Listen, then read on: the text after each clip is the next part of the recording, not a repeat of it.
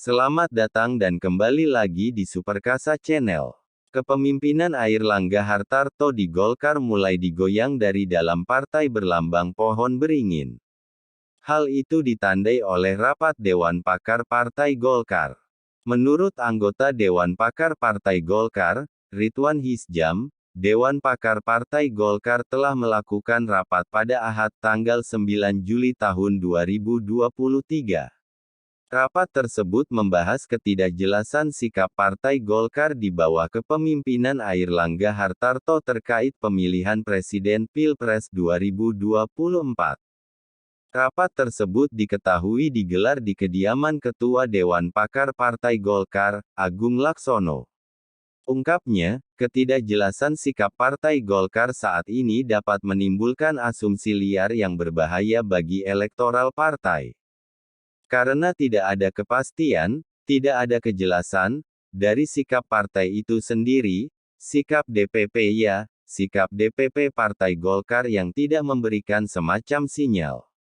Kan seharusnya kalau di dalam bermain politik itu kan sinyalnya harus tetap ada, nggak boleh dilepas, kalau dilepas, bisa liar nanti, ujar Ridwan kepada wartawan, Senin, tanggal 10 Juli tahun 2023. Ia mengatakan, ketidakjelasan sikap Partai Golkar dapat membuat pengurus di berbagai wilayah loyo dalam menjalankan mesin politiknya. Sebab, tidak ada kepastian terkait sosok yang didukung partai berlambang pohon beringin itu pada Pilpres 2024. Padahal, Partai Golkar sudah menginisiasikan terbentuknya Koalisi Indonesia Bersatu KIP, bersama Partai Amanat Nasional PAN, dan Partai Persatuan Pembangunan P3. Namun dalam beberapa waktu terakhir, kedua partai itu diketahui sudah melakukan langkah-langkah politiknya masing-masing. Ketidakjelasan ini yang membuat semua organ organisasi menjadi loyo, jadi liar, karena tidak ada kepastian. Jadi seperti tidak ada nahkodanya kan akan kemana, ujar Ridwan. Semua bicara, termasuk saya pun termasuk liar saya ini ngomong sakarepe sendiri. Kenapa saya ngomong liar juga? Karena memang tidak ada petunjuknya, sambung anggota Komisi 7 DPR itu. Airlangga yang diputuskan Musyawarah Nasional Munas Partai Golkar untuk didorong maju pada Pilpres 2024 juga tidaklah tegas. Ia melihat, kader-kader saat ini terkesan terpaksa untuk mendukungnya, karena takut terkena tegur oleh pengurus DPP Partai Golkar. Ini harus diakhirilah pembodohan-pembodohan ini, pembodohan kader, jadi kader-kader partai ini nanti jadi kader palsu semua ini. Hatinya tidak mendukung, tapi mulutnya Airlangga presiden, tapi hatinya enggak, ujar Ridwan. Ini membuat kader-kader Partai Golkar menjadi kader-kader palsu-palsu, nah ini tidak bagus pendidikan politik seperti ini, sambungnya menegaskan.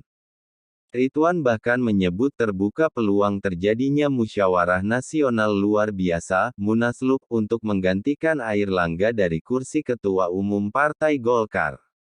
Berpeluang juga karena Munaslup, maka pergantian Ketua Umum bisa mengarah ke sana, tergantung pemilik suara, kita kan bukan pemilik suara, ujar Ridwan.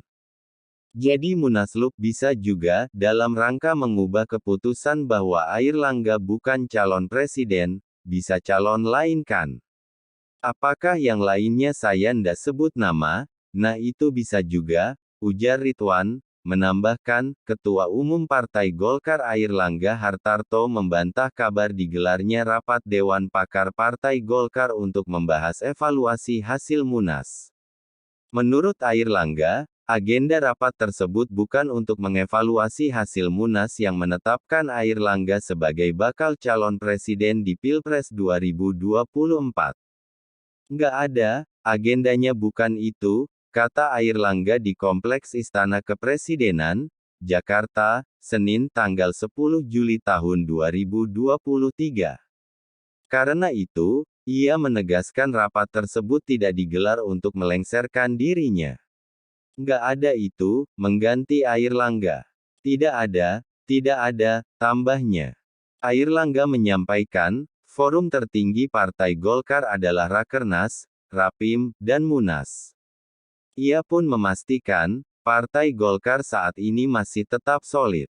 Sedangkan terkait nasib Koalisi Indonesia Bersatu yang hingga kini masih belum jelas, Airlangga meminta agar sabar menunggu keputusan selanjutnya.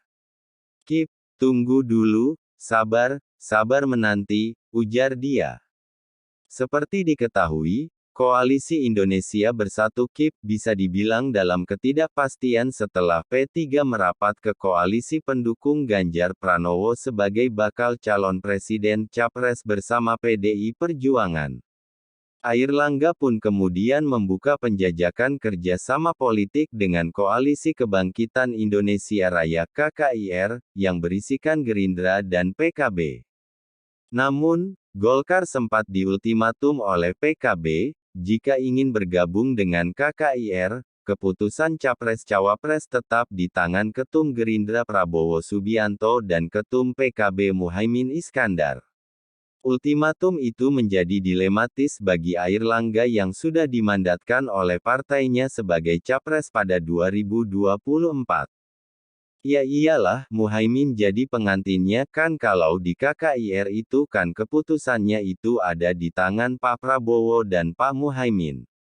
Sehingga tidak bisa sendirian Pak Muhaimin yang memutuskan, ujar Wakil Ketua Umum Partai Kebangkitan Bangsa PKB, Jazilul Fawait, Selasa tanggal 20 Juni tahun 2023. Ketua DPP PKB, Yusuf Cutlori menegaskan, partainya tetap mendorong ketua umumnya maju dalam kontestasi nasional mendatang. Baik sebagai capres ataupun calon wakil presiden cawapres. Untuk tetap menjaga keputusan Muktamar Bali yang menetapkan bahwa Gus Muhaimin harus maju sebagai calon presiden atau wakil presiden.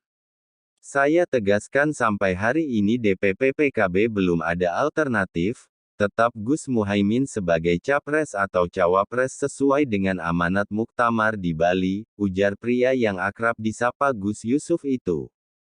Sekretaris Jenderal Partai Golkar, Lodewijk F. Paulus enggan menanggapi ultimatum yang disampaikan PKB jika partai berlambang pohon beringin itu mau bergabung dengan KKIR.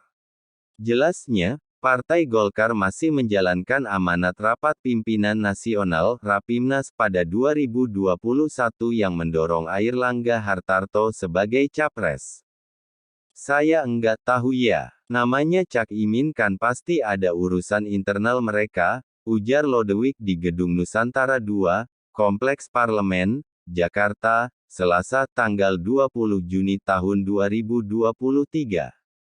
Ya, kami tetap, Golkar berjalan sesuai dengan apa yang kita rencanakan dan Partai Golkar sampai saat ini belum berubah dari keputusan Munas 2017 dan Rapimnas 2021 lalu, Airlangga sebagai calon presiden dari Partai Golkar, sambungnya. Lanjutnya, komunikasi antara Partai Golkar dengan Partai Gerindra dan PKB disebutnya semakin intens jelang pendaftaran pasangan Capres-Cawapres pada Oktober tahun 2023. Ia hanya menyampaikan, agar semua pihak menunggu pengumuman terkait hal tersebut. Kita harus realistis dong, mengusung Airlangga, namanya kita berjuang. Dan sekali lagi itu amanat Munas, ujar Lodewijk. Bagaimana menurut saudara-saudara semua tentang hal ini? Silahkan berikan komentar dan sarannya. Terima kasih.